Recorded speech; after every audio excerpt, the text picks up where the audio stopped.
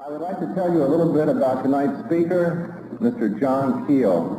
Mr. Keel writes for approximately 150 newspapers in this country and all over the world, which deal exclusively with the problem of UFOs for the North American Newspaper Alliance, that's NASA. He's traveled over 10,000 miles in 1966 alone.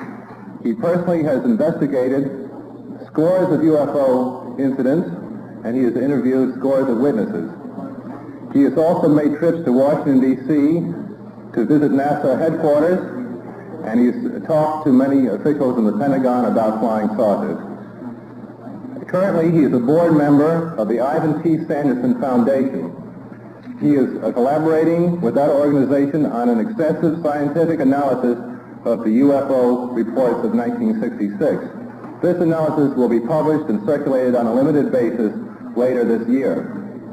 He is also under contract to Putnam Books to produce a book on UFOs for publication in early 1968.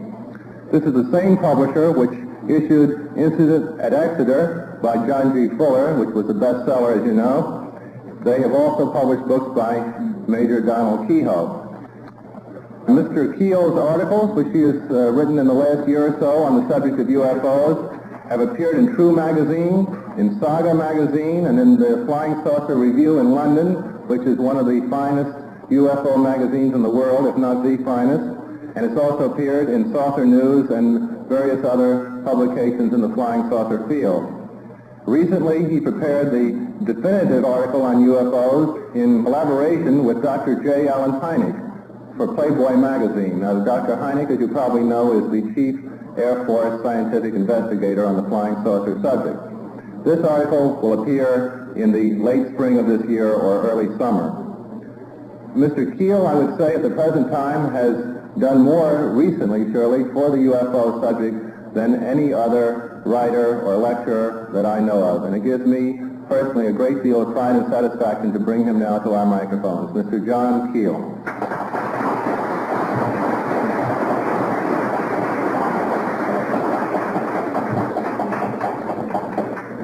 Jim forgot one question earlier. He should have asked how many of you are from the FBI, because I have here the full text of the CIA report of the Robertson Panel in 1953. This text, as you know, has been censored and butchered for many years, and I want to read a couple of passages from this to give you an idea of the caliber of men we have working in the United States government, in the CIA, the FBI, and so on. Under the section called Unofficial Investigating Groups, they say this: the panel took cognizance, I'm going to have like with sheep herders here.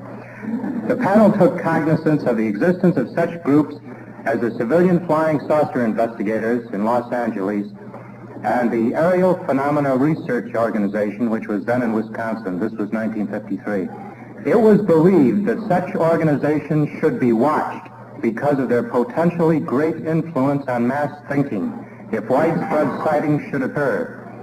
The apparent irresponsibility and possible use of such groups for subversive purposes should be kept in mind. Now, what this means when it comes from someone like the CIA and ends up in a report which turns up on the desks of many high officials, it means that it really gives the FBI and the CIA carte blanche to investigate these groups. And as many of you know, they've done this over the years. They've harassed UFO investigators, amateur UFO investigators, civilians. They've harassed people who've taken photographs of these things, and they've done it all because of this couple of sentences. A number of things in here which are rather appalling. There was a member of this panel named Dewey Fournay. He's not named in here, but this is the man involved, who spent several months preparing an airtight case, he thought, proved the flying saucers came from outer space. He prepared an extensive document on this, and he presented it before this panel. Now, I haven't seen the document, but I know a great deal about it, and I know that he did a very thorough job. Now, here's what they say about Dewey Fournay's report. One of the panel members in his presentation showed how he had eliminated each of the known and probable causes of sightings leaving him extraterrestrial as the only one remaining in many cases. His background as an aeronautical engineer and technical intelligence officer could not be slighted. However, the panel could not accept the cases cited by him because they were raw, unevaluated reports. I don't know how you would define an evaluated report. I suppose it's when they decide it's a weather balloon or swamp gas. On the next page, on page 6, we have the story of the famous Tremonton, Utah film. They shot a movie film back in the early 50s, 1,600 frames of a formation of flying saucers in color yet. The Intelligence Command of the Air Force took this film and microscopically analyzed it. Here's what they say about it. The panel received a briefing by representatives of the U.S. Navy Photo Interpretation Laboratory on their analysis of the film. This team had expended, at Air Force request, approximately 1,000 hours of professional and sub-professional time in the preparation of graph plots of the individual frames of the film, showing apparent and relative motion of the objects and variation in their light intensity. It was the opinion of the PIL representatives that the objects cited were not birds, balloons, or aircraft, were not reflections because there was no blinking while passing through 60-degree of arc, and were therefore self-luminous. Plots of motion and variation in light intensity of the objects were displayed. While the panel members were impressed by the evident enthusiasm, industry, and the extent of effort of the PIL team, they would not accept the conclusions reached. Now here these people had worked 1,000 hours, it says here, preparing all kinds of graphs and charts and everything to prove their case, and the panel just threw it out. They do this page after page. I get so mad when I read this that I'm just appalled that any government official reading this kind of report could accept it. It seems to me that any responsible general or a politician on reading something like this would demand further explanation. And then there are all kinds of nonsense thrown in. They happen to mention in here thousands of reports received through channels each year, and then it says in parentheses, 1900 and 1952. Well, in all of the Air Force data sheets that they put out every year, they say there were 1,500, but here it says 1,900. So they don't even get their statistics right. I could talk all night about that. As I mentioned last night on Long John's show, I've been going over with a fine-tooth comb, I've been going over all the reports of 1966. And I've been dealing primarily with what we call the Type 1 reports. Of course, there are all kinds of reports. The Type 1 report is either a landing or a very low-level sighting in which the witness is considered to be a very good witness, a police officer or a person of responsibility in his community, and is not a drunk or a hoaxer. And I selected 730 of these Type 1 reports and ran an analysis on them. And as I told Long John last night, we've broken some of it down statistically. We're still doing it. We found that 20% of all the sightings occurred on a Wednesday. We had the most sightings on a Wednesday, and if you want to really see a flying saucer, your best chance to see one is at 10 o'clock on Wednesday night. Now, I don't know why that is. It seems to me that if we were dealing with a psychological phenomenon, this would be spread out evenly across the week. It seems that there would be more people out on a Saturday night, and therefore your chances of seeing these things would be much greater. That is, we'd get more reports on a Saturday night, but that isn't true. Wednesday night, when everyone should be home watching television, they're out seeing flying saucers. Now, I'll give you an example of what we call flaps. Now, these things are sighted all across the country on these flap dates. Sometimes you'll go for 2 or 3 days with no sightings at all, or just 1 or 2 random sightings. Then, for example, on Wednesday, March 30th and 31st, there were 160 sightings in every state in the country. There was a very near landing out on Long Island that night. Before I forget it, there was a landing last week in Long Island, out near East Hampton. It hasn't been reported to the press. I got a call tonight. The police out there, instead of calling the Air Force, now they call me, because I go out there, and I've been cooperating with them, and I've set this up around the country.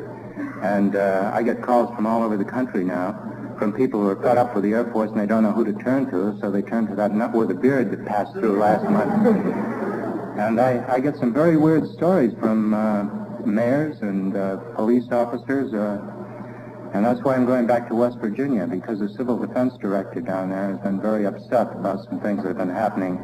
I'm going back down and play hero and solve the whole thing. Probably I'll be taken aboard a flying saucer and flown to Venus, and when I get back, nobody will believe me, and that'll be the end of my career.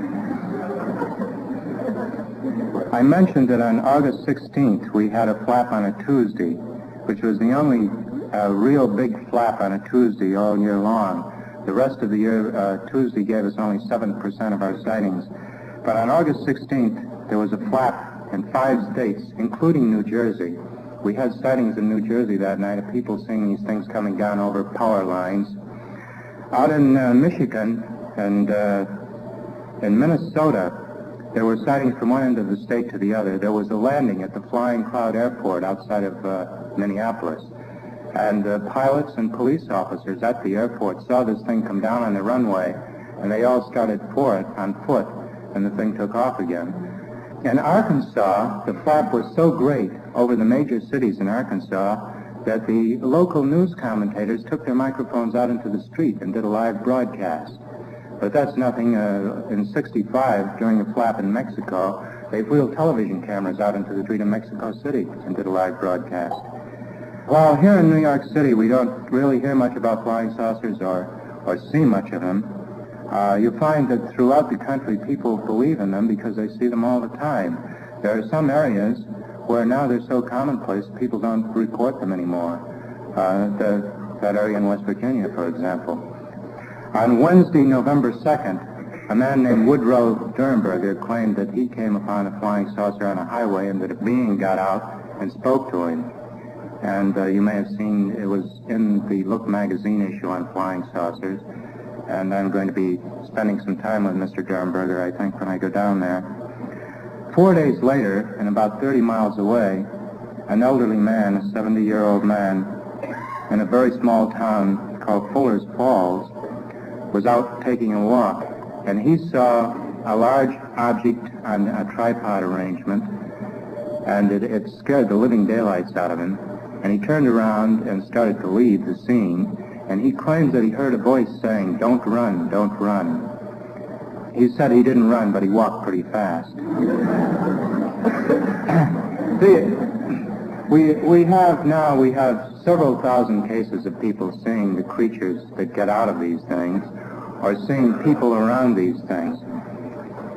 A lot of people think in terms of contactees, people who talk to the flying saucer beings and get a message for the good of mankind.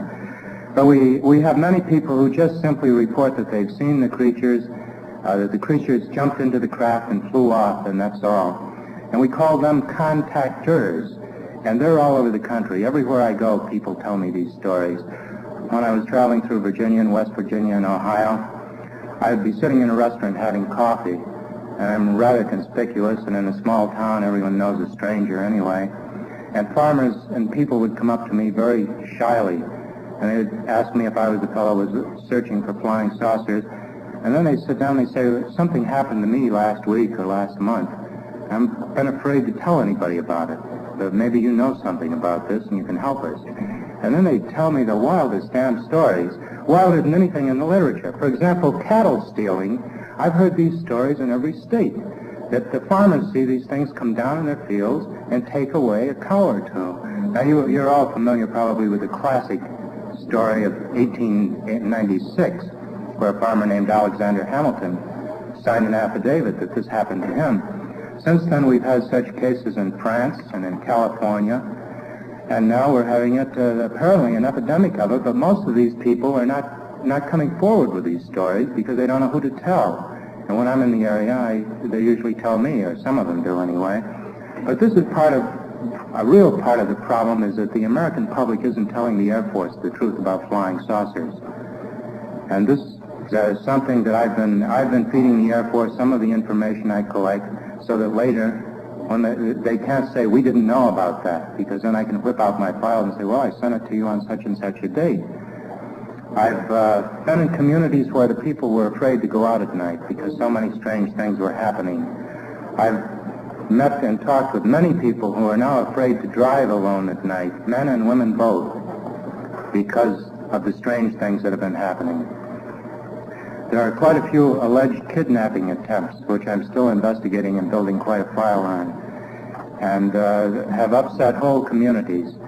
And the Air Force claims they don't know anything about these, and as near as I can determine, there have been no government investigators in these areas. It's all happening very quietly, almost underground. And the local police generally are rather, they don't like anything to upset the routine, and they don't take these things seriously until the roof falls in on them. And in a few communities it has. Now, going back to the business of contactors, on December 3rd, 1966, a California Highway Patrol officer named Vern Morris, with his wife and a few other people, saw what they described as a flying water heater. It was a cylinder, and it was hovering just above the ground, and there was a man in it. Now, he said that they could see the man's head in it, and that he was wearing a silver crash helmet. And they watched this object for several minutes as it maneuvered over a field and then shot away. It was a glowing object. It was surrounded by the usual luminous glow. Now, Vern Morris has gone on record, and these are some of the newspaper clippings. Here's his picture, drawings of the object. He's taken a big chance with his reputation to go on record with his story. And he's only one of the hundreds that are coming forward with these stories. Strange story. What could this thing be with a man in it, a hot water heater with a man in it? Yet it must have happened, or this man wouldn't have gone out on the limb that he did. Now, last night we started off the Long John show with my discussion of the Mothman, which probably many of you had never heard of this case. Although this case was carried on the wire services, it was widely published in every state in the country. The New York newspapers never mentioned it, to my knowledge, but it was published in newspapers everywhere else. And there have been constant sightings of this creature down there. And I want to point out something that I never did get a chance to say on the Long John show. The area where this creature is being seen is a World War II ammunition dump, which is still filled with high explosives, 2,500 acres of it. These high explosives are kept in concrete igloos, which are camouflaged, so they can't be seen from the air. I'm going to show you a short strip of film that I took down there. Again, it's a very dull film because it's just the area where these sightings have taken place. In this film, you will see the power plant, the abandoned power plant, which was used. There was an arsenal there during the Second World War, and this power plant was used for that arsenal. And the first sighting of the creature took place around that power plant, and there have been other sightings since around that power plant. I had some very strange experiences there.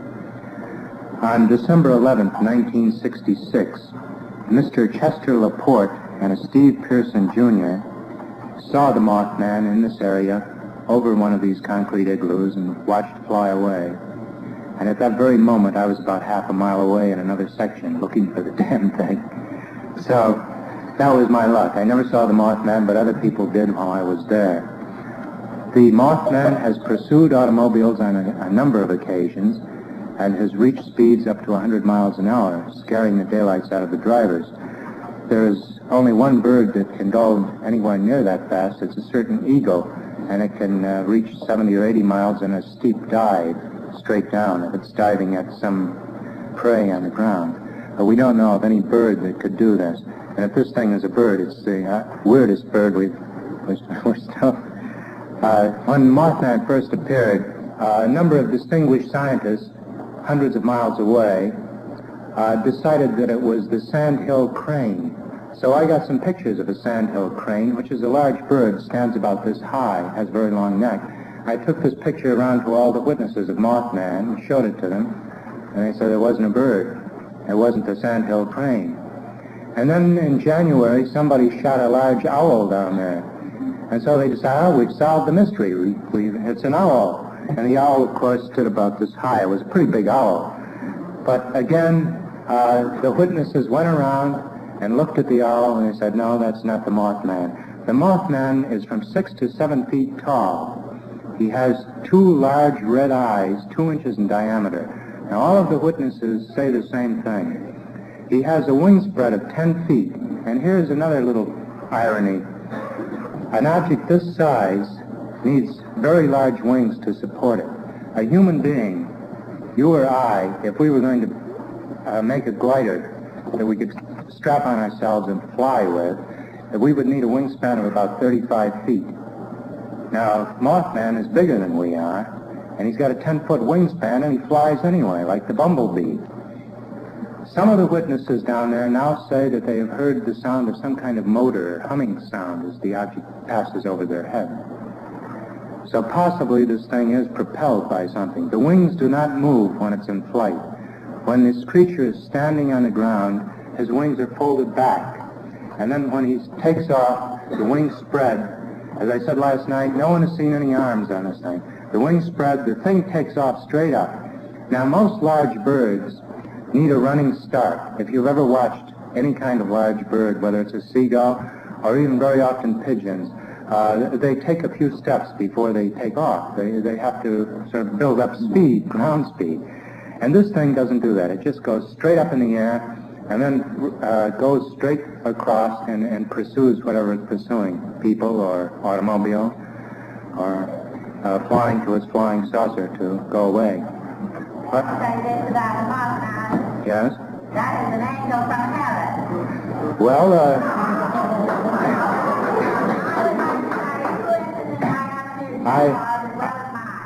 I don't know if an angel...